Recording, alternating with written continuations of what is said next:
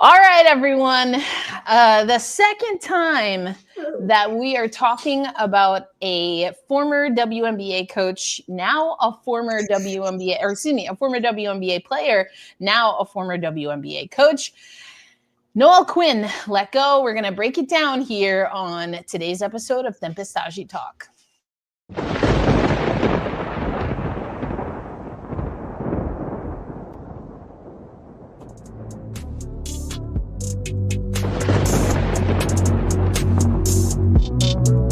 You have three people who are selfless like that, three people who are dangerously disciplined like that, and you have a coach that also embodies all of those characteristics. You can expect good basketball. I love interacting with the fans. I'm excited for them to cheer for us because it's hell when you come here.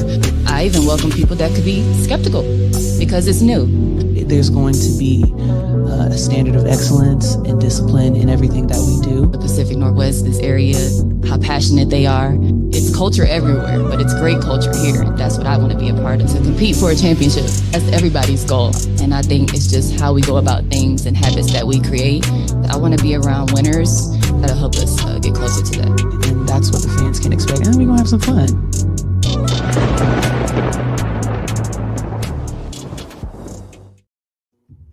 Welcome back to Tempestagi Talk. Erica El Ayala here alongside Roberta Rodriguez. And the big news, of course, is that Noelle Quinn officially will not be retained. Roberta, let's start with you. What were your reactions?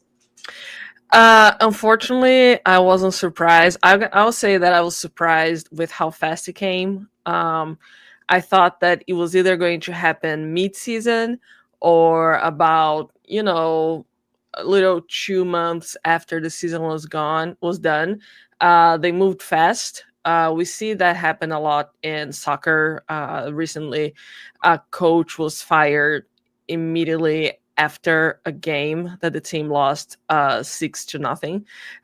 So I thought that Noelle Quinn would have been fired mid-season, or the team was going to wait a little longer. But no, it was very quickly. It was the day after exit interviews. They announced that Noelle Quinn is not having her contract renewed with the Seattle Storm. Again, doesn't really come as a surprise, considering the Storm record in the past years. I was taking a look. Noelle Quinn had 97 win, 89 loss record with the Seattle Storm. That's over 50%. And I think it's important to mention that this includes that awful 2023 season that the Storm barely made moves after once free agency started. That was the year that the Storm went 11-29, so that definitely takes a dent into coach's record. So that's but yeah, the Storm didn't really. I think that the Storm didn't really meet the expectations, and I think consequently Noelle Quinn did not meet the expectations of taking these teams further in the playoffs. I think there was a story by Kevin Pelton on ESPN that he talked to Lisa Ria, and I think she said that the playoff performance had a big impact on that decision. But yeah, it was unfortunately it was expected. Playoff wise, her record is 4-8, so the Storm really hasn't done really good in playoffs under Noelle Quinn. I do think it's important to go back into how she became a coach for the Seattle Storm. She became a coach halfway through season 2021. She coached 26 games, serving as head coach when interim when Dan Hughes stepped out, retired. So she took over for that season. She 26 games, 16 wins, 10 losses. And with the 2022 season, that was Sue Bird's last season. So she came in halfway through a season that already had a coach, and then she coached 2022, which was Sue Bird's last season. So that was really Sue Bird's team. That was Sue Bird, Stewie, Jewel Lloyd, and then 2023 was the first of the post Sue Bird era for the Storm. They lost Stewie, and there weren't really moves from the front office before the season started. I think we should give the new coach a proper timeline. We did Noelle a disservice by not being full in rebuild. That's from Ollie. I was going to get there, but I want to complete this thought process earlier that the Storm got into the 2023 season without players. Basically, they had Jewel Lloyd, Mercedes Russell, and Ezzy McBegor, and then it took about a week for them to add players. They brought in Sammy Whitcomb. They drafted Jade Melvin. But the Storm basically did not have a proper team that year, so Noelle Quinn didn't even know what she was going to work in 2023. Enter 2024. Who does the Storm bring? Nneka Ogwumike and Skylar Diggins. And we know what happened in 2024. Turmoil of events, both on the court, both off the court, ended up with an investigation on the coaching staff, the star player leaving the team, accusations left to right. A lot happened that 2024 season. Yeah, let's break it down because I feel like you're going through her whole timeline, and I want to make sure we anchor it a little bit without giving too much. So, like you said, she comes in interim head coach. She takes over for a team that she was working with. She was on the coaching staff, so she wasn't brought in from outside of the organization. I just want to offer that. But I do think that Ollie's point is something that we've talked about here. Again, I'm going to read it. I think we should give the new head coach a proper timeline. We did Noelle a disservice by not being full in rebuilds. And I mean, this team is, you could pick a year really under Noelle Quinn where this team didn't seem to have direction, or at least was trying to do both and. Like, it's hard to be an aggressive, playoff contender, which we kept championship caliber, while also not necessarily getting the players that you need. And I want to stop here because if you listen to the Noelle Quinn exit interviews, she was asked to assess, the season, and in a move that kind of sounded like a way of perhaps defending herself this year, she talked a lot about what individuals did. She talked a lot about, because the question was framed, what needs to happen. Excuse me, my goodness. What needs to happen for next season? And one of the things that she said, and this, that is not the first time that we've heard this in Seattle land, is effectively she talked about there needing to be someone who could spread the floor with their perimeter shooting, and that they need to draft in a way, and they need to, build their roster in a way where they have the right resources. And she's 100% correct. We've talked about on this podcast before, and as much as I'm not surprised to see Noelle Quinn go, what I've been saying for almost all season, at least since last offseason, that is, this team isn't necessarily built well. And there's some questionable moves. Sometimes you like the moves. Other times you're like, these moves are handcuffing them. And there was a choice that the organization made. They opted to, at least for now, get rid of the coaching staff and not the front office. Although if the front office doesn't make some changes and tighten up, or at least clarify maybe what their real goal is, I don't see that the front office is going to last either. Yeah, I mean, one of the GMs is gone, right, in Pokey Chapman. So that there is that piece. So now the Seattle Storm has two GMs. Talisa Ria stays there, and there's Drew Stanich, who is an assistant general manager, Also, if I'm is not. it normal for a WNBA team to effectively have 3 GMs? I've seen that in like I cover hockey. I've seen that Yeah. you have a GM and then you have several assistant GMs. That also is a little strange. Not saying it's a bad thing Yeah. necessarily, and it's unorthodox for the WNBA. Yeah, I agree with you. And there is there's an expression in Portuguese that says that tem muito cacique numa tribo. There are too many like heads of the tribe, so you don't really know who is going to make That's which decision, who is going to choose what. So I feel like everything about the Storm has been very confusing since Brianna Stewart left, since Sue Bird retired, and since Brianna Stewart left. What they were saying was not matching what we were seeing, both in terms of decision making and basketball.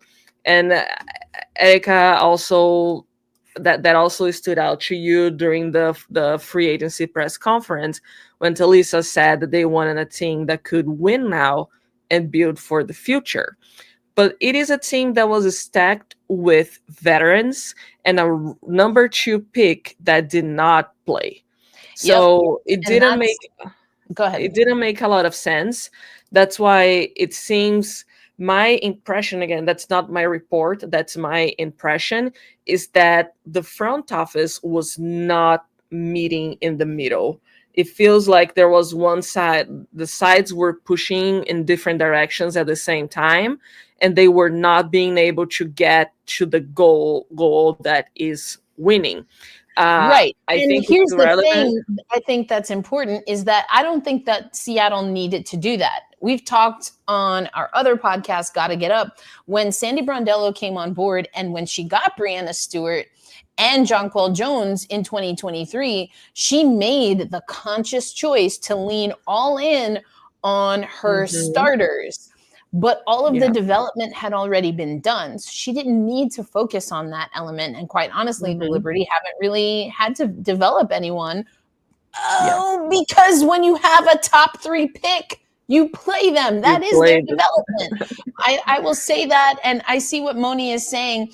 I'm going to read Ali's comment and then go to Moni. Yes, they tried to be a contender. They also tried to develop Dom and keep their draft picks. And that doesn't match a Skylar and Nneka timeline. We played those clips in the beginning of the podcast, and I agree with that. And Moni's saying it almost worked, to be fair. Did it though, Dom? They barely got to the playoffs, and they got ousted once again in the first round. And we saw the same story, right? The start this year may not have been as good as last year, when I was even like saying that Noelle Quinn could be like coach of the year last year, the first half. But it's a different team. Erica is going to kick me out of here very early. It's a different team with a similar story. You start well, you hit the gas, and the team looks good. The team looks like it's going to get a good spot. Second half of the season comes, and it's all downhill from there. I mean, the Storm went from, I think, 3rd to 8th at some point in the second half of the season, and something wasn't connected for different reasons. And I do think that a lot of it has to do with roster construction. Noelle Quinn did talk about, as Erica said, is spreading the floor. And what Craig is saying is very true, but they need to embrace that. And that means that maybe there is no room for Nneka and Skylar. And it's confusing to know what they actually want, because their words are not matching their actions or their performance. Exactly. And with Noelle Quinn and the coaching staff gone, which was the main reason why Nneka and Skylar came to Seattle, then if the Storm doesn't lean on rebuild, I'm not sure what kind of player they're going to attract, because it's not going anywhere. And we've seen that the past 2 seasons. Yeah. So, Tammy's saying front office needs to figure out identity and get players that fit our identity. How many times this season did we hear that the team didn't know their identity? That's not a good look. And Moni's saying, I just feel with so much parity in today's league, you can accomplish both. It doesn't have to be all or nothing. I'm not sure I agree with that, Moni, because here's what the WNBA doesn't have. And we talked about this with Brian on Gotta Get Up, a podcast for New York Liberty fans. There isn't time to not know what your plan is. Yes. I mean, Nika sat on the bench the entire season, and I want to be careful how I say this. When your body's not warmed up, and then you go from not playing to playing, there's sometimes a lot of work that you have to do. Your body's quite literally not warmed up, and then we see her get hurt in the off season, and now she's not available in a year where she, in theory, could have made an impact.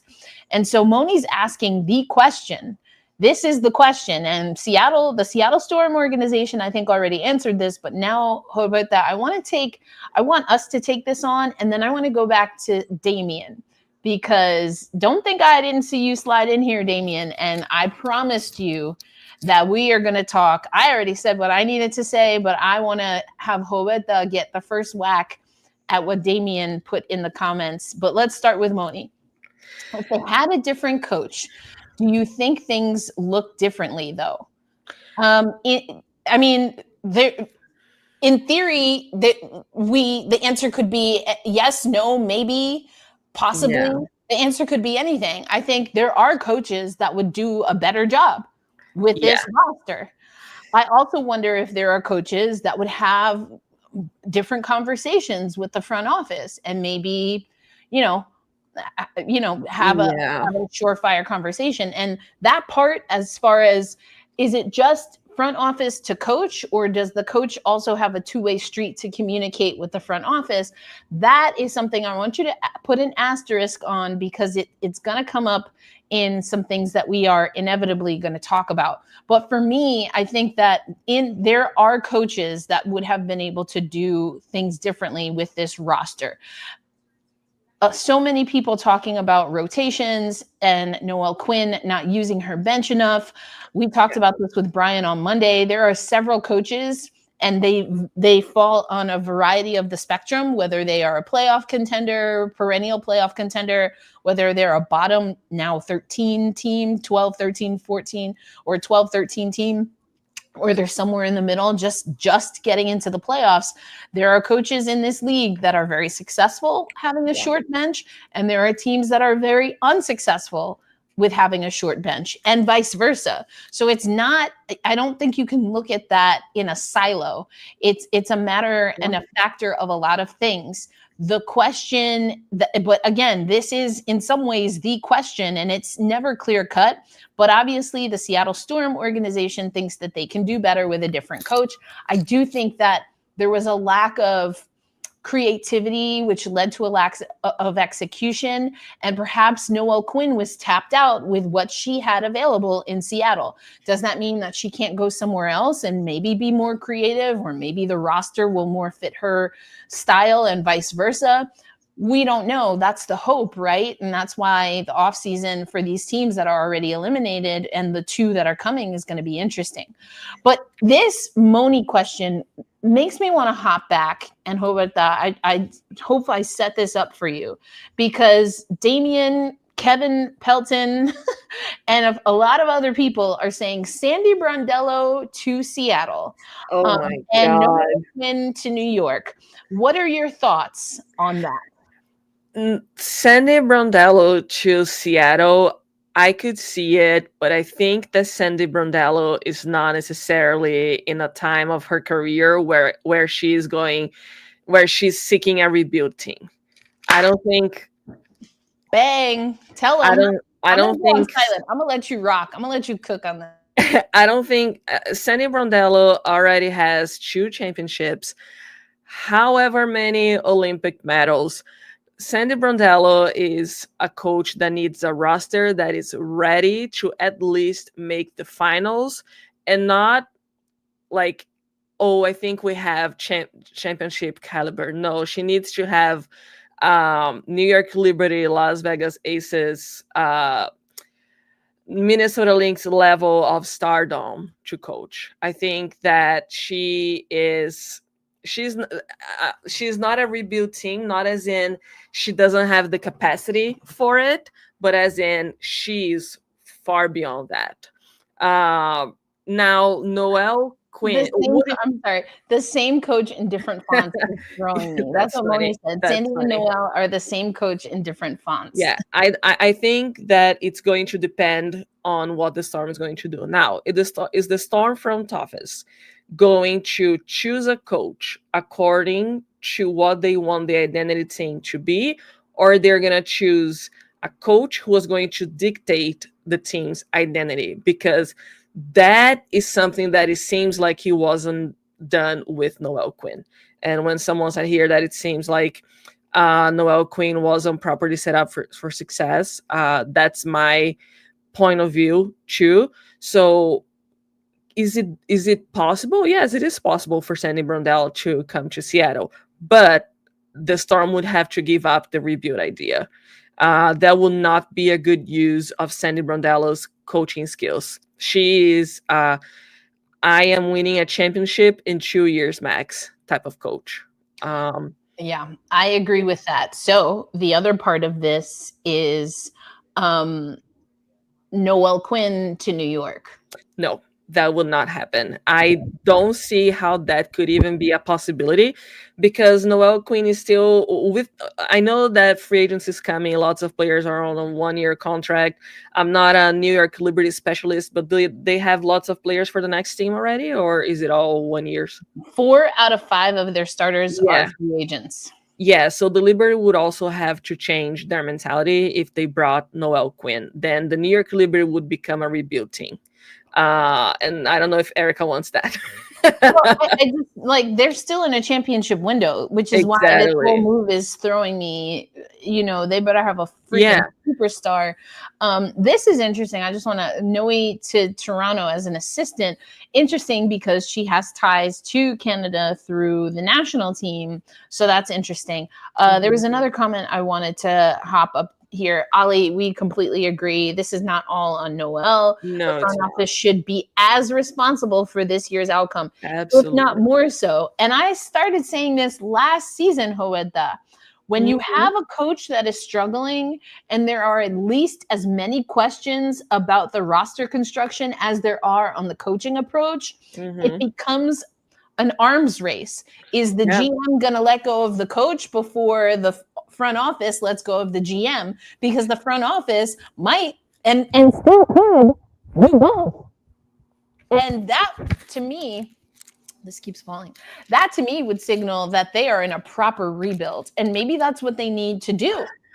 Because I just don't see, like, it's almost half-baked, right? Like, the promise is there, but the execution is flawed. And you can't say that you want to be a contending team and you have poor execution. Now, as far as, and Tammy has been active with our Gotta Get Up thread as well as on our Slack channel. If you're not already a part of our Slack channel, hit us up in the comments if you want the link there, especially because it's not going to be free forever. So y'all better get in while the getting is good. But anyway, Tammy talking about, the passive hands-off coach. We've been using the term laissez-faire. Sandy and Noelle are similar in that. I'm actually going to ask you this. Yes, Sandy Brondello is, especially from the outside, the perception is that she's very hands-off, and she spends a lot of time on the prep side. Yeah. So training camp, one-on-one conversations, practices. Sandy, everything that I hear from players, that I hear from Sandy, that I've observed, is that that's when she does her work. Additionally, Sandy Brondello will make difficult choices. Excuse me. And they won't come as a surprise. That's another thing where we heard from Tiff. We heard from Lexi had a lot to say. Well, she had a lot to say, but also only one topic. And that was, I'm 100% healthy. She said, I'm not taking any questions about anything else. I want y'all to know that I was 100% healthy. And between those two, and, Tiffany talking about, I went from getting minutes to not getting minutes. So the players were pretty outspoken about, to me, it sounded like they definitely didn't appreciate that they didn't have playing time. But if you read between the tea leaves, it also sounds as though the players weren't given a complete understanding of why they weren't playing. It's one thing to disagree with your coach. It's another to not know why your coach is making decisions. I'll give an example. Everybody knew that Courtney Vandersloot was going to come off of the bench in the 2024 playoffs, because that's something that Sandy Brondello talked about, because she had talked to Sloot about it. Yeah. It became clear after the season that Courtney Vandersloot, even though she went along with that and it led to a bling, bling, ring, ring, she didn't think that that's the role that she wanted to play. That's different than a player basically saying, I'm not talking about this team. I just want y'all to know I'm healthy. That's different to me, Roberta, than someone saying I was playing and then I didn't play. Yes. So Lexi Brown did not want to take any questions. I think Percy asked the first question, and she read a statement saying that she wanted to address speculations from us media, that she wasn't healthy and that's why she wasn't playing. She said that's not true, and that she was cleared to play 40 games this season, if I'm not mistaken. But she said, I was not given the opportunity to show my value. And she said, I hope that I get the opportunity to show that I am a good player to have on the team, whether it's here or somewhere else. So she was pissed, basically. Left that door wide open. Yeah. So she said that in the press conference. Talk about it on her podcast. And so I thought it was interesting to see the response from fans and even like some other media members that I got to talk a little bit, how people are like, yeah, Lexi Brown doesn't really have, the leverage to be saying those things, because when she had a chance to prove herself, she didn't really she didn't really meet expectations. However, with Tiffany Mitchell, her frustration did make more sense because she did come from more playing time. So I don't think we have the video here, but the question was, what was her relationship with Noelle Quinn? And she said, she started by saying it was all over the place. I had minutes, and then I didn't have minutes, and that takes a toll mentally. That's how she started answering the question, and it was Lexi followed by Tiffany Mitchell. So that was like a kind of like a rough stretch for Noelle Quinn, because they were both talking directly about the coach. Tiffany Mitchell said that, and ended up saying that she still had a relationship with the Seattle Storm, and what the coaching staff did or did not do did not have to impact that. So again, how much of that comes from Noelle Quinn? How much of that comes from the front office expectations? So Mackenzie Holmes didn't have anything to say, but also she's a rookie, and it was not expected of her to. But I will be honest, I understand. I understand the frustration at a certain level, because Noelle Quinn really didn't use the bench much. That's why you have a bench, and if the team was not going to, yes, exactly. I think that the more I think about it, Noelle Quinn did what she thought was necessary to do to win at the moment, which was to play the veterans and then develop for the future, playing a little bit of Dominique Malonga. She didn't really have the pieces to have that first part of winning now, because definitely that did not happen.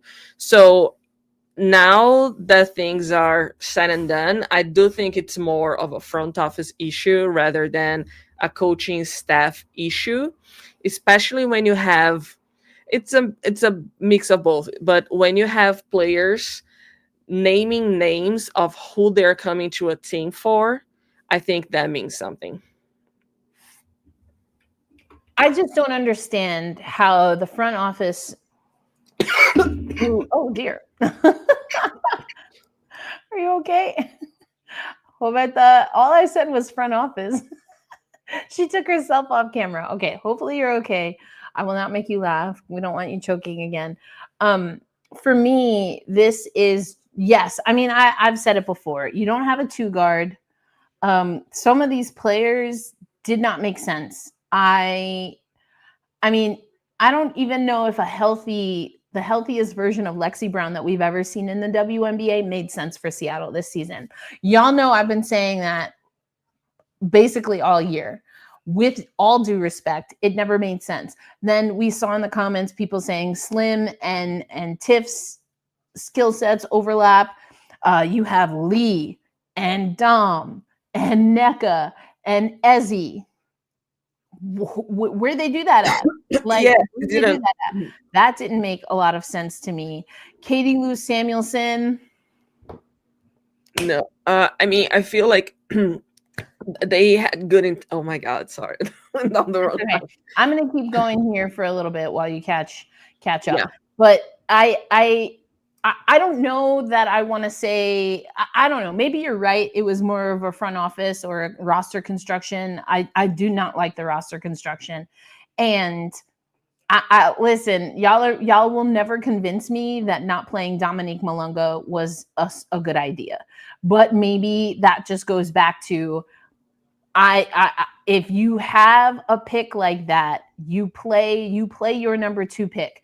Every league, every professional league in the existence of professional sports, when you have a high pick like that, you play them. Yes, I don't understand. Oh, she's 19. Okay, other people have broken into the league at 19. Like the insistence that we have in women's basketball of trying to coddle and protect women to the point where the NWSL had to be sued. Now I'm going to go a little off book here, but I think it's important because this grinds my gears, burns my grits. The WNBA, until recently, the NWSL, even women's professional hockey, they have, for domestic born, that means US born players, they have rules that you cannot even enter and declare for a draft until in the WNBA, you're either, 22 or in your junior year, whatever comes first, right? Mm-hmm. Mm-hmm. And the whole thing is, well, women should get their degrees. Pardon me, excuse me, hold up, wait a minute. Like there are so many ways to get a college degree, including using your professional athlete paycheck to pay out of pocket to go to school online in the off season, over the phone, by carrier pigeon. I don't care. Like the fact that we're so stuck on that, it's disgusting. And quite honestly, it's sexist. You won't convince me otherwise. So yeah, have a 19-year-old start. If the 19-year-old was good enough to be drafted at number 2 for a team that swears to the high heavens, to the top of Rainier, of Mount Rainier, that we are going to be a championship caliber team, then why don't you play that? That makes no sense. Oh, well, we want to develop her. And then we heard that Noelle Quinn was like, she was on board with that.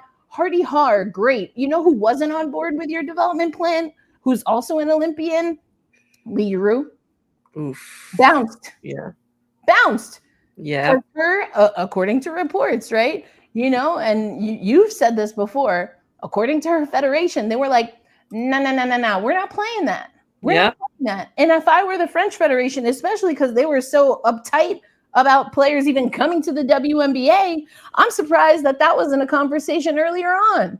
What do you mean she's not playing? What do you mean? It doesn't make sense. Yeah, I think there are so many factors into what went wrong with the Storm these past years. And for me, it starts with communication. It's ooh, Brutal, but also yeah. where's the lie? Ali There's said- no lie there. Ali- Like there Ali, I'm gonna read weren't. the comments just in case anyone's not watching this. Yeah, I Ali think saying, let me read the comment in case anyone's not watching. It's astonishing to me how the GM sat before the season started and said they solved their 3-point shooting when the roster was finalized. Where? mm-mm. Where? No, and we saw Gabby Williams starting the year hot from the 3-point line, but then it went down drastically. I think her biggest, in terms of defending and the 3-point shooting were Gabby's main contributions for the Storm earlier in the season, and then she stopped shooting threes. It seems like it slowed down. Naka started shooting more threes than the guards. Erica Wheeler was shooting threes, but you don't have a Sabrina Ionescu, for example. You don't have someone who, when they are taking a shot from beyond the arc, the other team is like, oh, that was not the case for the Storm. There were so many gaps, starting with the shooting guard position. It was not a complete roster. There was a concept of a winning roster. Concepts of a plan. Oh my god! But the truth is that it wasn't a fully well built roster. That's the reality. It was half baked. I see your question, Moni. I want to get to this as we start to close. But Damien, listen, I'm gonna come back to you. So hold on. Damien asking why not? Why wouldn't Noah Quinn fit in New York? First of all, we already answered this question. Yeah. Why would Quinn not fit in with the Liberty? Because she's not a better coach than Sandy Brondello. No, she's not. And she's not a better coach than Sandy Brondello. Anyone would say that. And that's not even I'm not trying to be mean. I have no need to be mean to Noah Quinn or a knock. I think Noah Quinn can assess herself comparative to a coach like Sandy Brondello, like Cheryl Reeve, like Stephanie White and Becky Hammond, and be realistic that she still has a lot to learn. I think we can say that. Why Brondello would not fit in with Seattle is because Brondello is better than the mess that is Seattle right now. Like we have said, we were speaking English, right? I like that's what we said. I said one sentence in Portuguese. That was all. Be careful, because Damien likes, and that did not include Quinn or Brondello. It didn't. Damien likes homegrown talent and was like, yeah, the problem with the New York Liberty is that they have too many international players. And I was like, excuse me. What? I was like, your finals MVP, not from the United States. Your center off the bench who got a critical steal, not from the United States. And Leonie Fibic, that back-breaking three. Where is Leonie Fibic from? Deutschland. So, anyway, I thought Brondello was a winning coach, but I digress. She is a winning coach, and you know your worth. Sandy Brondello is worth more than dealing with the hot mess that is Seattle. Yeah. And also, it's not because you have the skills for a certain job. It's not just because that job is open in a place that you want to work there. I speak Portuguese. I am a good writer. It doesn't mean that I want to work for, I don't know, the McDonald's, that they need someone who speaks Portuguese to write something. Know that's know your worth. Exactly. Yeah. And the thing is that Sandy Brondello, I would be shocked if her phone didn't start ringing the moment that they got that news. Now, will Seattle call her? I think they should. They should definitely call her. What's the conversation that they're going to have? Could say yes. Yeah, I think it all depends on the conversation they're going to have. I think that Sandy Brondello, being the coach that she is, also Brianna Stewart left the Storm. And one of the reasons was because she didn't feel that coaching was up to what she wanted in terms of winning a championship. I am sure that she had conversations with Sandy Brondello, and the impression that everyone has is that Brianna Stewart does not really have the best feeling towards the Storm, and she has spoken a couple times that she feels like she wasn't valued post her Storm tenure. So I'm pretty sure Sandy Brondello knows how certain things operate. She would need to have I think she would need to have a conversation in which it would be established that she would have control over roster construction and over what the decisions were. Because look at this past years, we do have the same. One thing is true, the GM has been the same throughout these years. One of the GMs has been the same, and the team hasn't been constructed properly. So there is one common denominator there. What is the new coach going to go for? There's a lot that they need to decide. There is a lot. Okay. I heard this in another thread. So a lot of people have been throwing out a lot of names. I'm hoping that I get to write a story on Black women that should be given a chance, but I'll say just a few. Lindsay Harding, Christy Tolliver. I don't think she's going to be available, but I want to see Carol Lawson come back to the WNBA. A lot of people talking about Dawn Staley. I think that's because that's the only Black coach that they know. What about Teresa Weatherspoon? Or the Teaspoon.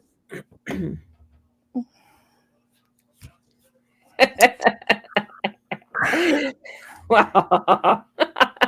If I just said that Sandy's going to have problems in Seattle because they're a hot mess, and Teaspoon just came from Chicago. It's different kinds of hot messes. Is it? Different kinds of hot messes. The Chicago hot mess is like a whole other level. I think it's Seattle it's like, I don't think Seattle is like Chicago level of hot mess. I mean, sure. I will let you. Maybe I'm just being I know that you believe that. I know that you believe that. Brianne January is a really interesting name. I think that could be interesting. Listen, Rina Wakama, I got to cover in Paris. And Kevin, I think you put this higher up, right? And I didn't get to it. Great. Like, you want to talk about someone who's got moxie? I think New York should give her a call. Now, as the head coach. Ooh, she's really good. As the head coach, that's a little tough. I think she could do the Courtney Perry's route of start of, Courtney Perry's is doing well as an assistant in Chicago.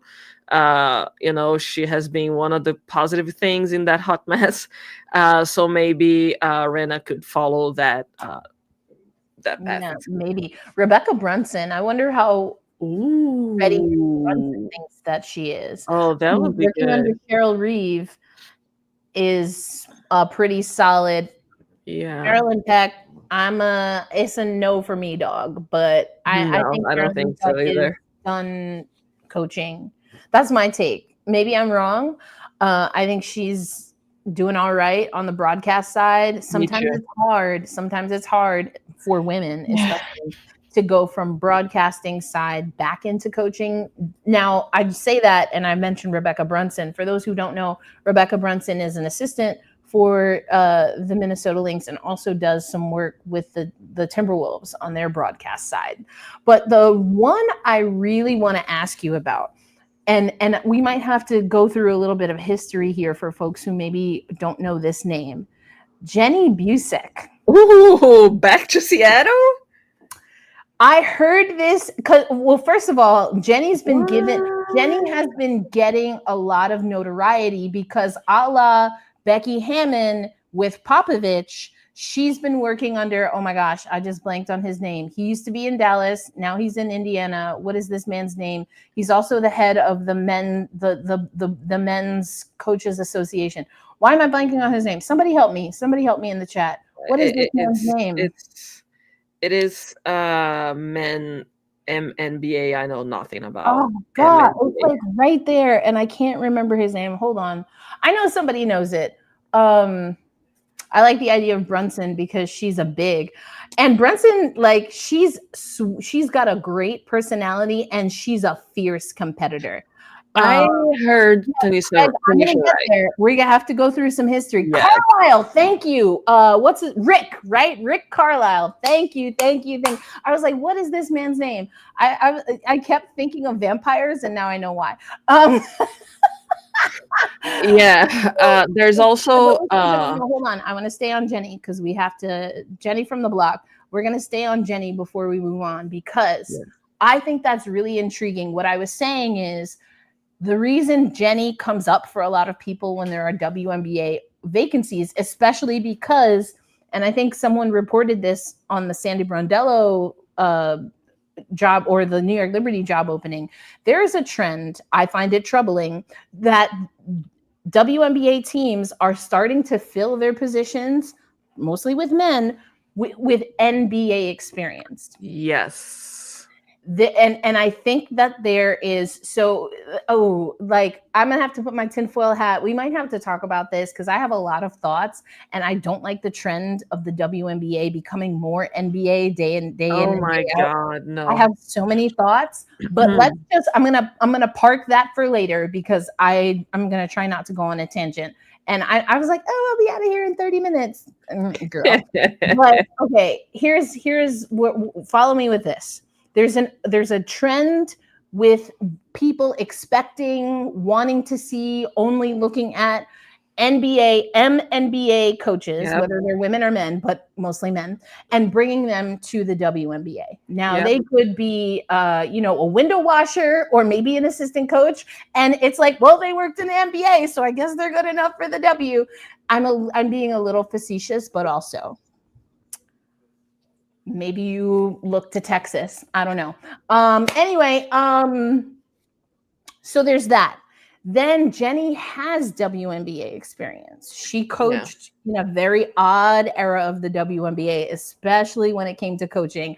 Some of those coaches are probably banished and should be. Yeah. But again, that's another podcast for another day. We're going to keep that in. But like Derek Fisher said, and I'm going to give you a little story here. So when I was working for a person that shall not be named, who runs an outlet that shall not be named, one of my first assignments, I came out to Seattle. This was 2016. That was Stewie's rookie year and the year that Seattle hosted All-Star. And I came out a few days early. I think it was 2016. And it was 16 or 17. Because whenever Jenny was still the coach, I'm pretty sure there was overlap. Anyway, it was 16 or 17. I go out to Seattle, and the outlet that shall not be named, actually it was a completely different outlet, but anyway, it evolved into something else. They were like, oh, you're going to be in Seattle. Ask Jenny this question. And I was still pretty new to covering the WNBA, very new to reporting. I was only a year into being a reporter. And I'm asking this coach if effectively she lost the locker room. The way Jenny tried to make me feel dumb, like it was a stupid question. I don't know where this is coming from. I can't believe you're asking this. Very defensive. Do you know, I think a week, maybe 2 later, she was fired. Yeah. And that's because what Craig is saying here, there was weirdness. Sue Bird was still on the team. Stewie was a young Stewie. And there were reports that she had lost the locker room, that the players wanted to get rid of her. So for Jenny Busick to come back to the WNBA, I mean, enough time has passed. Maybe she's worked those things out working under Rick Carlisle. But for her to come back to the WNBA, Roberta, and to come back to Seattle? I don't know. I mean, I feel like that if that's when we would know exactly what type of hot mess the Seattle Storm is. Because if she came back to Seattle, it could be like a slap in the face of, the history of players. And honestly, it will be the Seattle Storm like firing a black coach, bringing a white one with some sort of shadiness in the past, you know. I agree with Afrin, and Craig is basically saying the same thing. We need a cleaner slate than that. Yeah, that's what I'm saying. I think it doesn't need to be a return. No. I think if the Storm is going for a rebuild, which they should bring a coach that's also going to be in the rebuild level. Palette cleanser. I like this. Exactly. Sonia, a lot of people wondering if she stays in New York and takes that job, but also someone coming over who has NBA experience.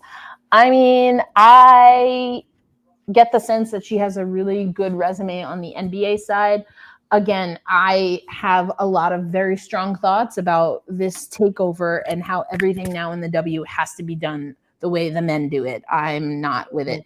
R. Varnell, Rick does speak highly of Jenny, and Jenny overall is a great coach. I just don't know if she has any interest of coming back to the WNBA. Mm-hmm. I can't imagine that she's going to get paid as well as she does now.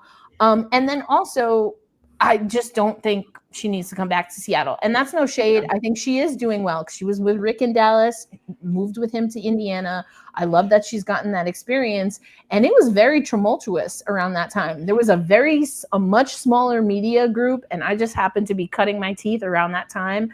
And the way she came at me, and then like, I'm telling you, it was within 2 weeks she was gone. I was like, well, guess I wasn't wrong. Now this, Neil Ivy, also I've been hearing this. Here's my thing. You've been hearing this? Here's my thing. Things got a little weird with Notre Dame performance last year, but then also things got a little weird. Like, I don't know, some of the interactions and whatever that docuseries or whatever was with Neil and Hidalgo, I was just kind of like, I think that she's happy with Notre Dame. I do not see Neil Ivy leaving Notre Dame anytime soon. Also, no to the no to the no to the hell to the no to the no to the no no hell to the no to the no to the no hell to the no. A name that I heard that I think could be, is Tanisha Wright, because she also has a history with the Seattle Storm. So Tanisha it could be something that I don't think I love that for Seattle. Tanisha Wright was just in Chicago, or is Atlanta? No, she's on the Chicago. She was on the Chicago staff this year. Mm-hmm. She was a head coach in Atlanta. Again, if your thing was that you're a contender, I don't think Tanisha Wright, from what we've seen, is getting you there with only 1 year removed from where she was in Atlanta.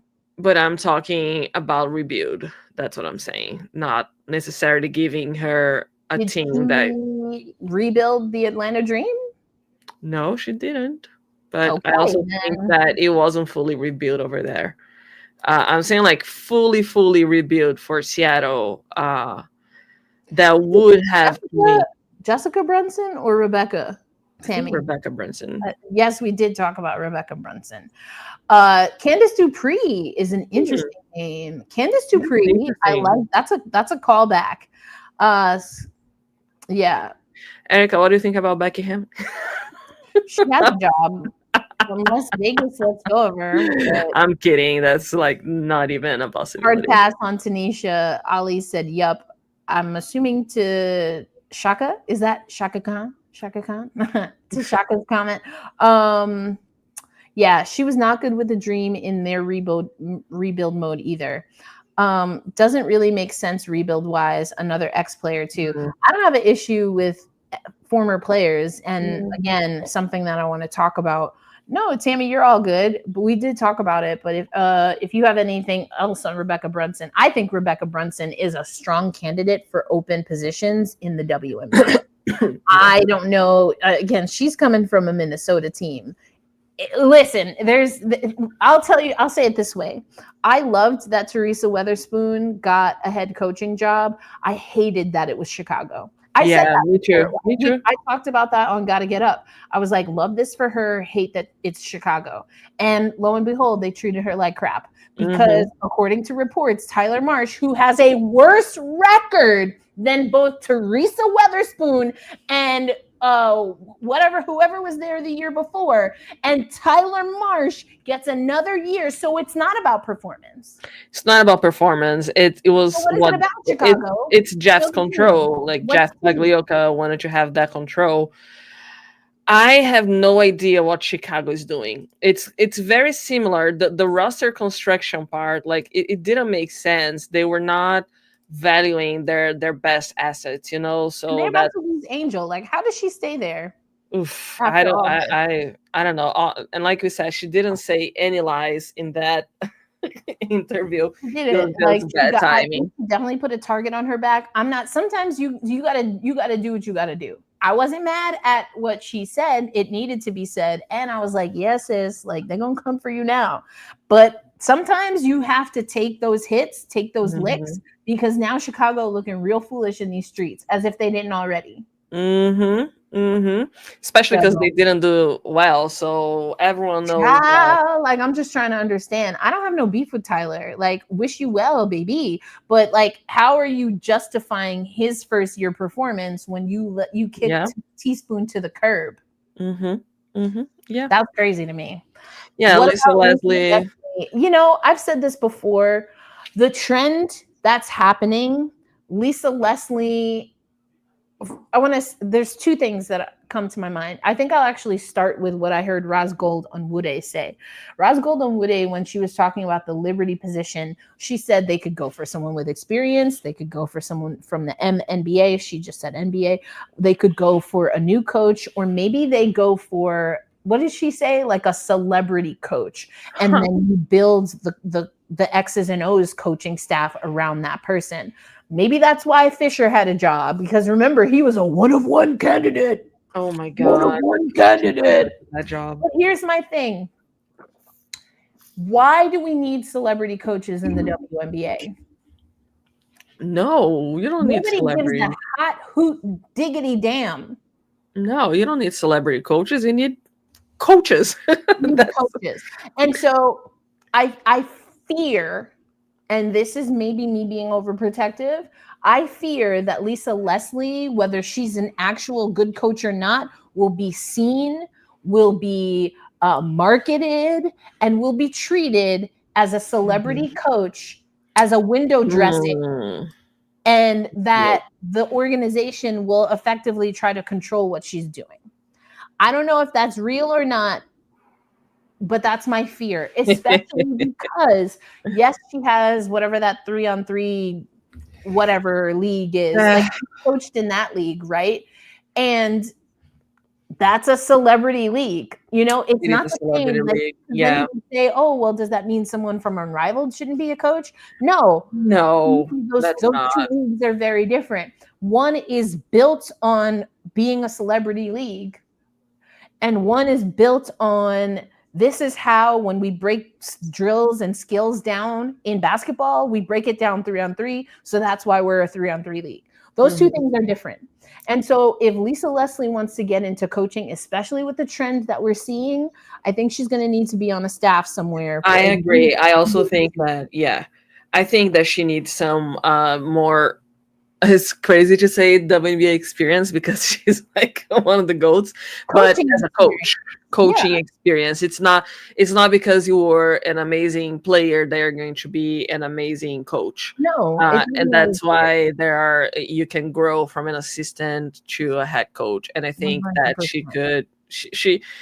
I don't think any team would be wrong in giving her an assistant coach. No, not at all. But work it out, get a feel for it, and then if you're ready to go for it. Caitlin Clark's mom, I don't know where that comes. Lisa Blutter. I'm kidding.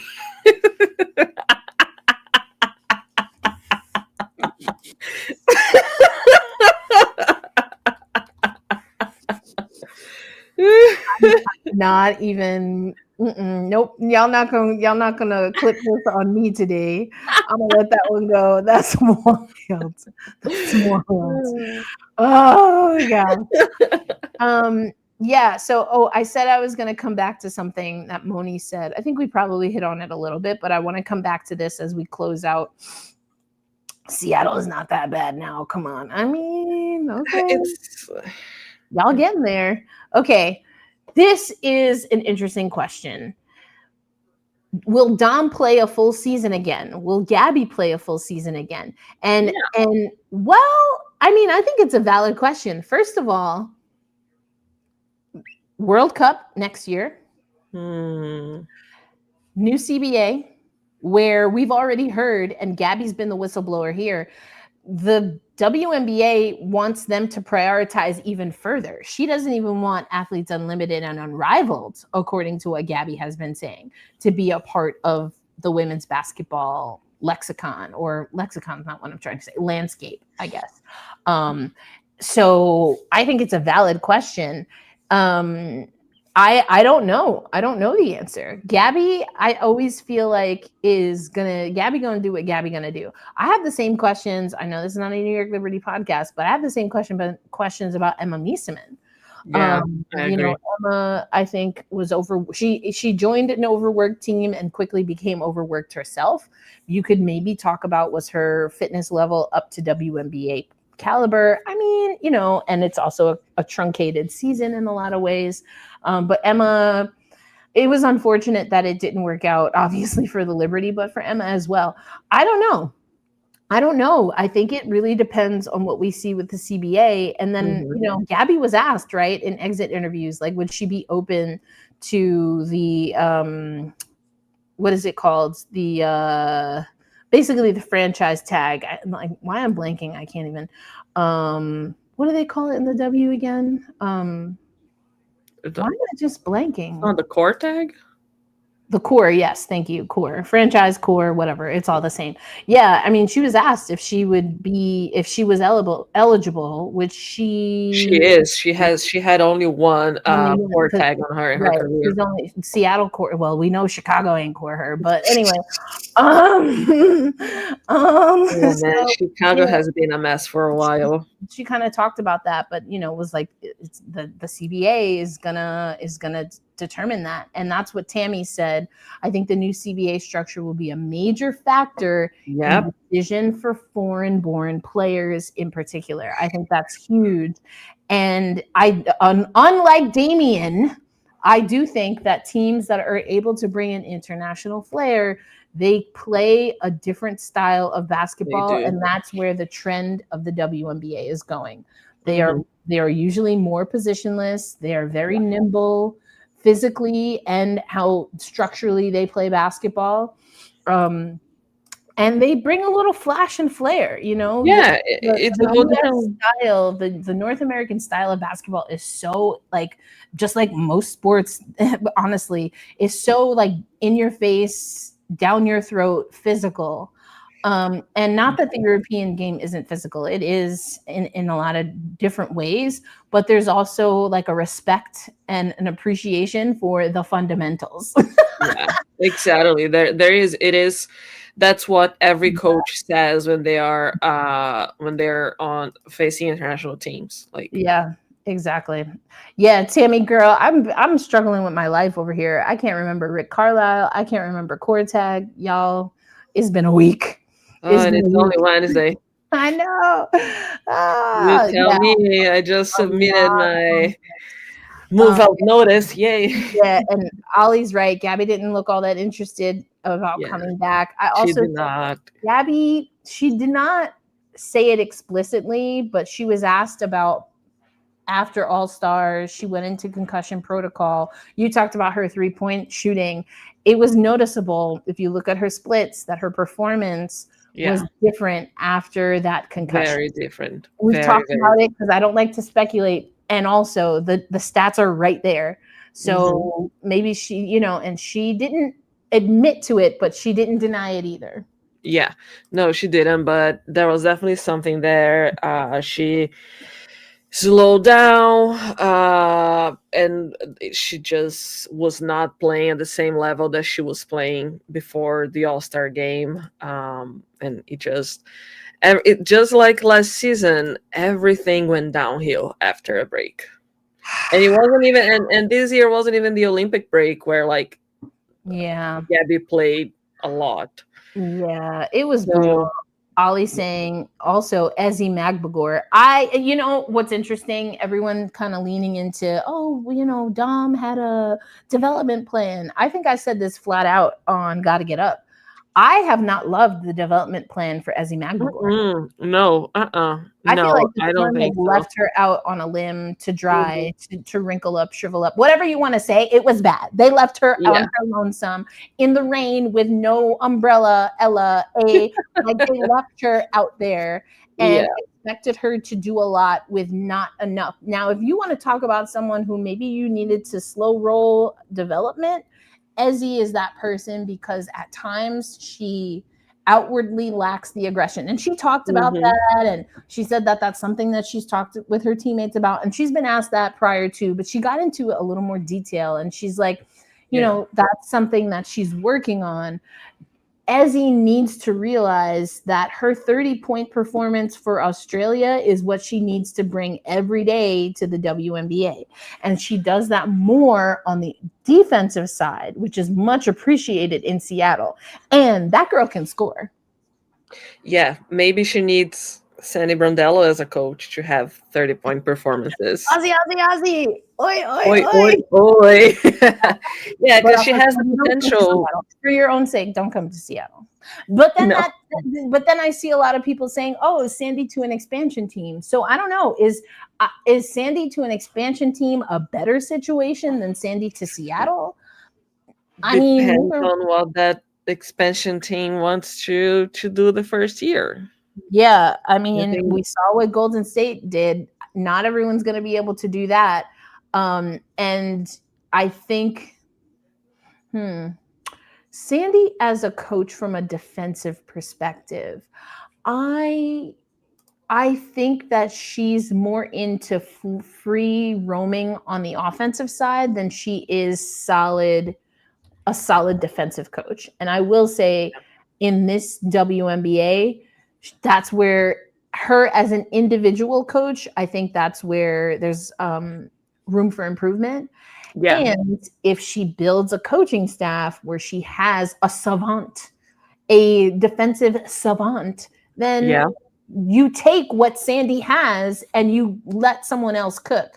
Because that's another thing Sandy can do extremely well is she trusts her staff. She does. She does trust her staff. And she's not a coach who is afraid to make bold decisions. If, for example, moving Courtney Vandersloot to the bench, she can.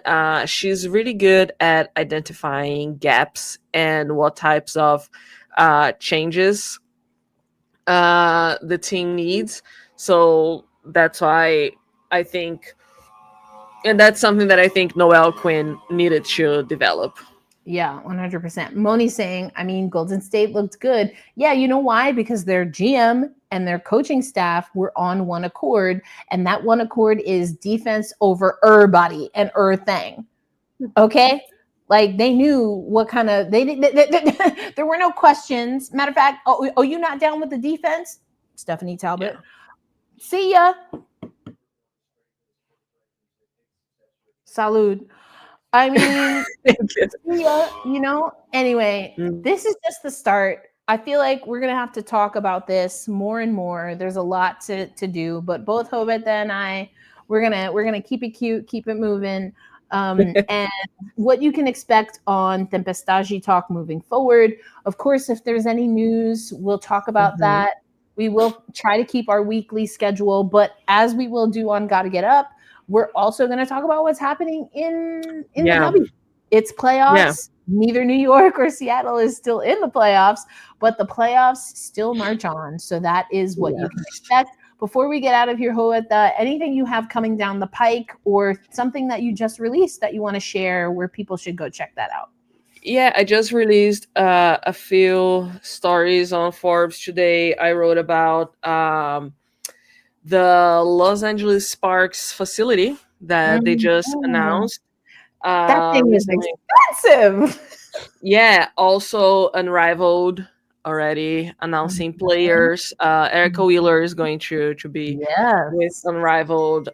So it's yeah, I have a few more stories coming up with I want to write something on the state of female coaching in the league.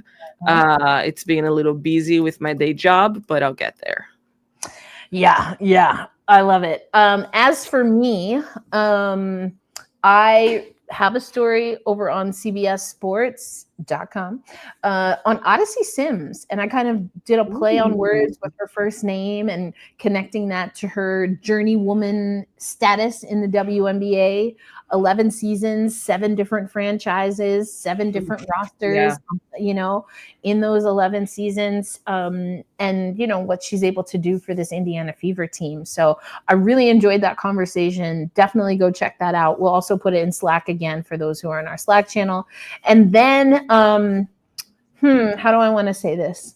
Let's just say, as much as I've been barking at the New York Liberty for not giving us access, I think we might be hearing from the team sooner rather than later. So I should have something out with a little bit of an extra, because I've done a postmortem over at CBS Sports on the New York Liberty, but that was literally right before they fired Sandy Brondello. So should have something else coming up there.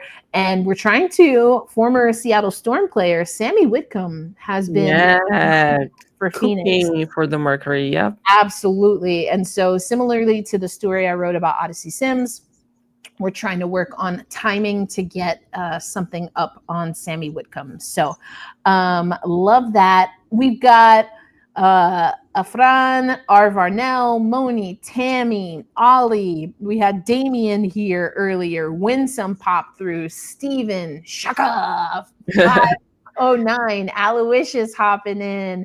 We have, who else came in? Craig was on here. Yes, Devin. Thank you all so much. We appreciate you hopping in and talking with us, chatting with us. And again, this is only the beginning. We have several different conversations that we put in the parking lot.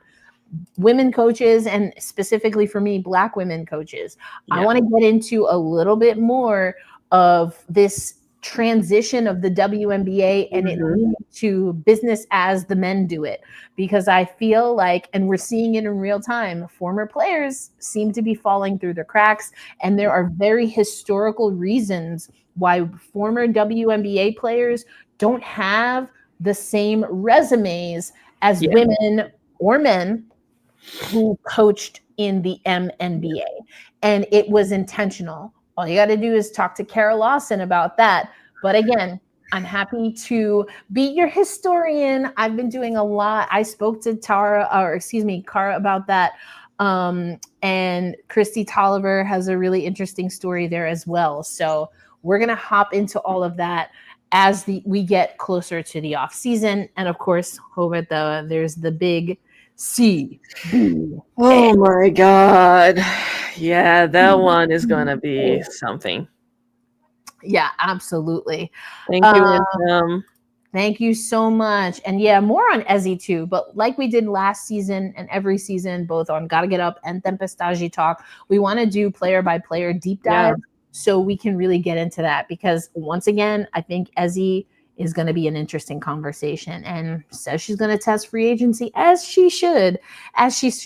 But thank y'all so much. Winsome, again, thank you for the great words. Aloysius, great night. Tammy, we appreciate you. And for Roberta Rodriguez, my name is Erica L. Ayala. This is Tempestagi Talk, and we will catch you on the next episode. Peace out, everybody.